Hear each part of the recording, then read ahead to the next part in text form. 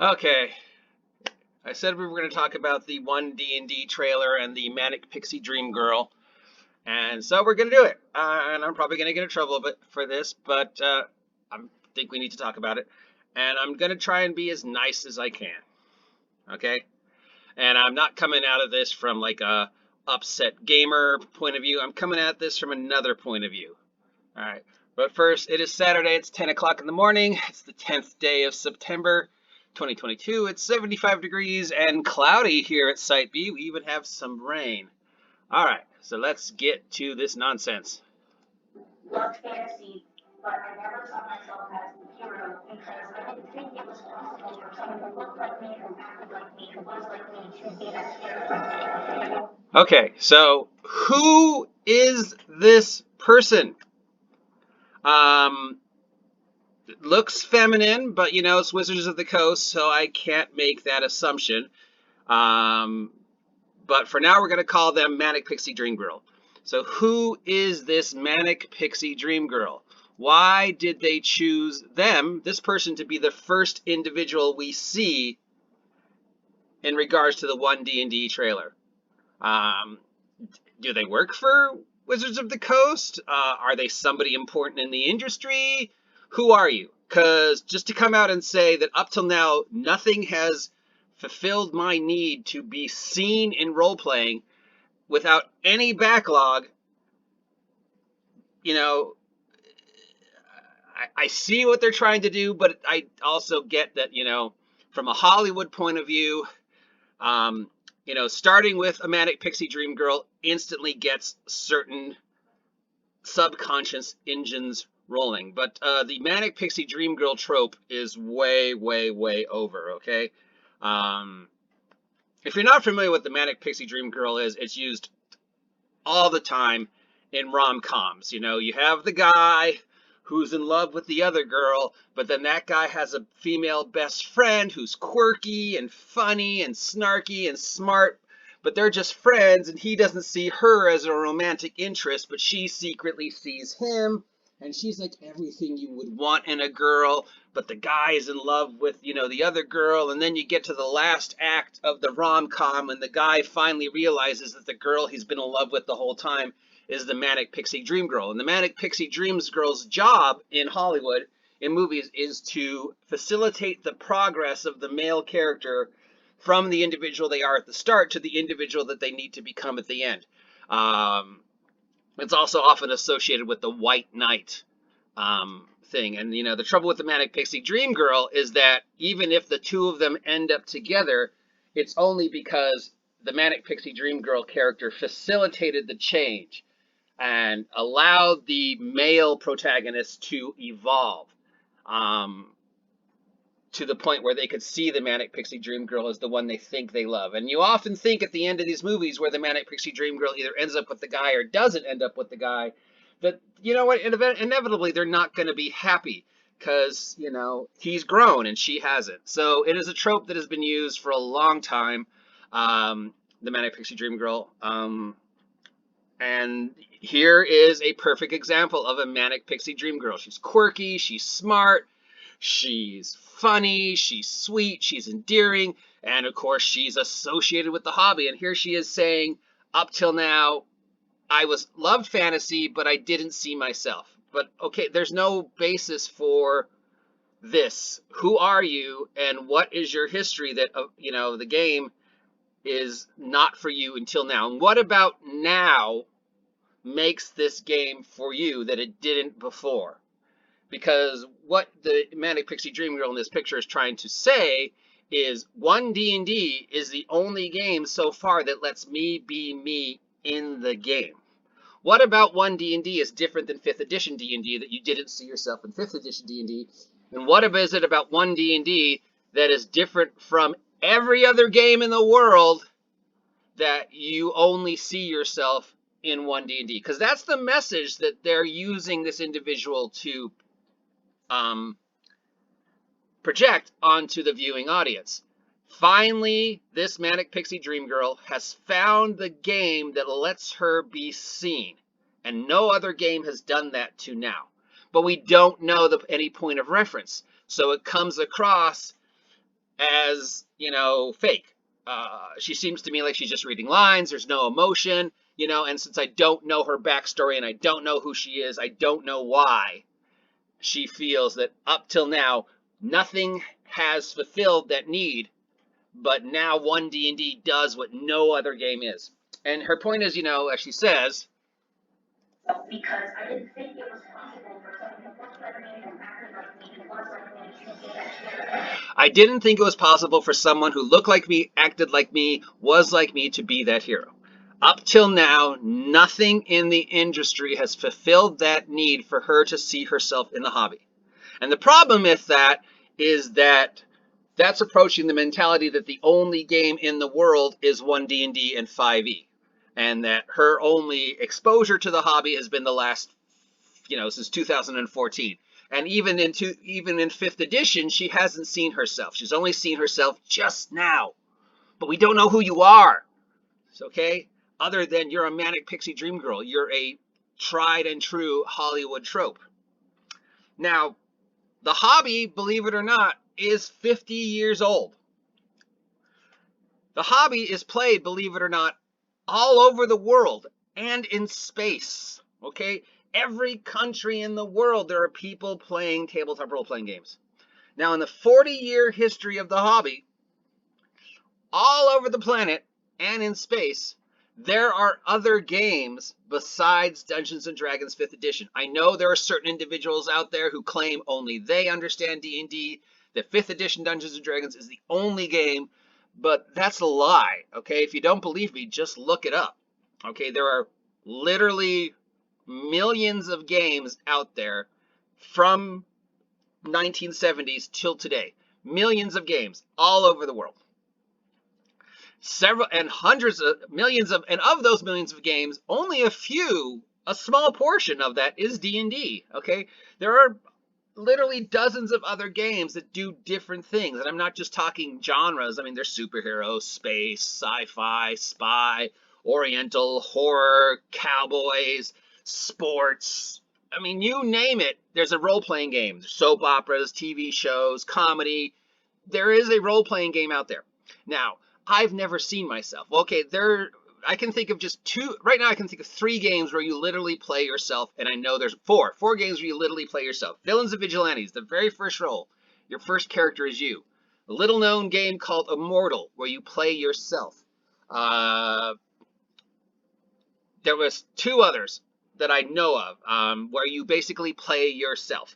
Now, I know there's dozens of other games out there whose names I can't remember because I'm old, where you play yourself. So I've never seen myself represented in the game. Well, that's a lie, because there are games where you literally play yourself. I've never seen. What's the other thing she says? Loved fantasy, but I never saw myself as the hero because I didn't think it was possible for someone to look at me and act like me and was like me. What is it about 1D&D that now allows you to see yourself as the hero? Because if out of the millions and millions of games out there, from A, Aberrant, to Z, Zombie World, to Call of Cthulhu, the biggest game in the world, to every other version of Dungeons and Dragons, to every other Dungeons and Dragons retro clone, you only see yourself as the hero in 1D&D. So that either means you have absolutely no experience with the hobby, you've invested no time and energy to look into the hobby, you maybe had one bad experience at one table and now you're like, oh, I don't see myself played. Or we're dealing with somebody who's a deeper issue than just there's not a game that's right for me. Because bullshit, there's not a game that's right for you. Okay, if you're saying that, you have not looked. Okay, Manic Pixie Dream Girl. And I'm going to refer to you as Manic Pixie Dream Girl, and I'm sorry if that's insulting because I don't know who you are. And I don't know what your connection with the hobby is or with Wizards of the Coast is. There's no title under your name. We don't know who you are, and there's no backstory. So you're just coming out here making this very bold statement, but there's no follow through. We don't understand why you feel this way. And if the deep meaning of this is I don't see myself as the hero in these games until now, that's not on the game. That's on you. Okay? And the statement is there. And anybody who says otherwise, you need to listen to her statement. She's saying, none of these games allow me to see myself as anything more than I am. Well, that's not on the game. That's your inability to use your imagination, or your inability to push yourself out of this sort of hovel of low self-esteem. You do not see yourself as the hero in your own life. You're not the main character in your own life. You're a supporting character in your own life. You literally are a Hollywood trope. You're a Manic Pixie Dream Girl. Your job is to make others feel good or bad about themselves and progress people forward towards the goal. In Hollywood, in the movie, the job of the Manic Pixie Dream Girl is to allow the hero to reach the point where they realize the level of growth they need to see that this individual has always been there for them. And what this individual is doing now is trying to make us feel guilty, trying to make us feel bad for them. Oh, no other game throughout the history of the hobby has allowed me to see myself as the hero. I do not see myself as important in my life. But now, suddenly, I do. I'm not going to tell you what it is about this that makes me do it, because, look, there's nothing major life-changing in 1D&D. They changed some rules, okay? They rewrote some stuff. They reworded some things, but basically it's still Dungeons & Dragons 5th edition, more or less. It's still the same stupid game it's been since the 70s, okay? It's still roll dice, stuff happens, you say how your character reacts. But she's saying nothing in my life has allowed me to see myself in a game, in the world. Nobody else is like me. Nobody else thinks like me. Nobody else acts like me. Nobody else is like me. I'm alone. I'm by myself. And only now does this, whatever this is, allow me to see myself. But really what she's saying is, feel sorry for me. Be angry that no game has let me do this until now. But now I, the Manic Pixie Dream Girl, is letting you feel better about yourself by playing 1D&D. Because now I have grown and I have done my job to allow you to grow, to reach the point where you need to not see the other women, the other games, see me and understand that only 1D&D is the game that is going to let me be who I am, or be who you need to be. I've done my job, but let's see you play 1D&D. Let's see how 1D&D allows you to see yourself. Because what you're saying, again, is, and GM James goes over this too, is you don't have the imagination to see yourself in the game yet. And that's not on the game, that's on you. That's your issue with the character you're playing. And I'm going to call a spade, because, I've worked in the industry for 16 fucking years. This is an actress reading lines. Because I don't have any reason to think otherwise. I don't know who you are in relations to D&D and Wizards of the Coast. What I see is something I have seen hundreds of times before. I see a Manic Pixie Dream Girl. I see her. I mean, there's very little emotion in this. She's just basically saying, nothing till now has allowed me to be me. Now this allows me to be me. By allowing this to be me, I'm allowing you to grow. Because 1D&D is the tool you need to be a better person. We don't know if you're going to be a better person, Manic Pixie Dream Girl. We need to see the growth that playing 1D&D is going to give you in order for you to finally see yourself. And if after playing millions and millions of games of hundreds of different genres, including multiple games where you're supposed to play yourself, hundreds of games that take place in the real world, and I'm going to toss out Vampire the Masquerade, a game that has been recognized over and over and over and over again as being so important to members of the gaming culture who didn't feel represented in D&D, which is, again, not true. But we do know individuals have come forward and said, Vampire the Masquerade and games like Vampire allowed me to play D&D, allowed me to game, allowed me to have an introduction to the hobby that maybe, normal D&D or the other games didn't. And it's open doors for representation. I mean, it's Vampire is so important, especially for the LGBT crowd, and disabled crowd and people, you know, in other modern games. Call of Cthulhu is another game. I mean, superhero games, powered by the apocalypse, and the 100 different games it's made are all games that have received recognition for allowing people to feel comfortable that maybe didn't feel comfortable at a D&D game because they felt they were unwelcome. And of course, you were always welcome at the D&D game tables. That's a separate story.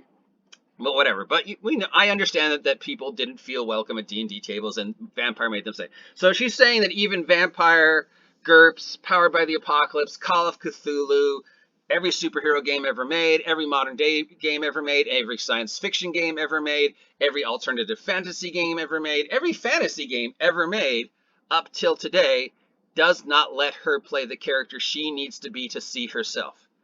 Of course, the whole point of role-playing is you're not playing yourself, you're playing a character, unless you're playing Villains and Vigilantes or another game where you specifically play yourself. And there are games where you specifically play yourself. So again, she's saying none of those games where I get to play me, let me play me.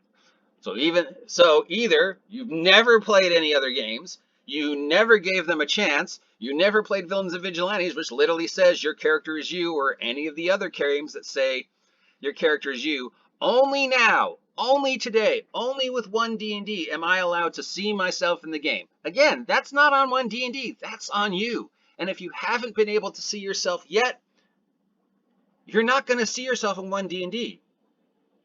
You're going to find the same faults. And that's the problem with this statement. Because the Manic Pixie Dream Girl doesn't change. The Manic Pixie Dream Girl changes others. That's the trope.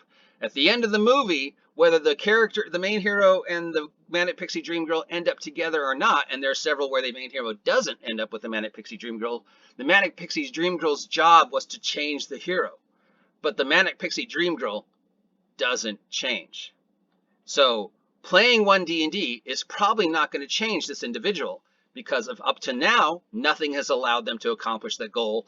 That goal is not going to be accomplished in 1D&D, because you break it down, 1D&D isn't that different than anything else. You're still rolling dice, you're still making up numbers, you're still doing adventure shit, there's still arrows being flung at you. At the end of the day, you're playing a silly game about elves with sticks. So, in closing, the reason why Wizards of the Coast chose this individual, this trope, to be the very first person they see that isn't Crawford is very specific. They are trying to trigger an emotional response. Feel sorry for her. Feel bad for her. Feel bad for her yourself. Play our game, because that will let you feel better about yourself, and therefore you have grown. It doesn't matter whether she grows or not. We'll never know whether she actually does see herself now in 1D&D. All we know is she has made us feel something, and we need to move forward to be better people because she has instigated that change. Now here's a game where I can see myself, and that game is 1D&D. I have grown, but she hasn't grown, and she doesn't need to grow because that's not her job. Her job is to make us feel something so that we go, oh yeah, 1D&D is the solution to my problem. I will grow. Because, again, that's the job of the Manic Pixie Dream Girl. And that's why Wizards of the Coast chose this individual to be the very first face we see and the very first voice we hear, is because they are just using a time-honored Hollywood tradition. Look at me. I'm cute but not threatening. I'm smart but not overbearing. I'm snarky but not insulting. I'm sexy but I'm not sensual. I'm the girl next door. I'm the girl who wants to be everybody's friend. I'm the girl who every guy really wants. I'm the Manic Pixie Dream Girl. But I'm not going to change. My job is to change you. So that's why Wizards chose her. That's 20 minutes of me talking about this. If you agree with me, let me know. If you think I'm talking shit, let me know. Has this individual, does anybody know who she is? Does anybody know who this person is? Has listening to her made you want to play 1D&D? Do you feel any emotional connection to her? Or do you just think it's Wizards of the Coast doing an ad for their thing and she's just a paid actress? I guess we'll never know. I feel bad for her if after, you know, a 40, 50-year-old hobby with millions of games all across the world, nothing allows her to be the hero of her own story. You don't need a D&D game, lady. You need therapy. I'm the OG GM. Please take a moment to subscribe, and I'll talk to you later.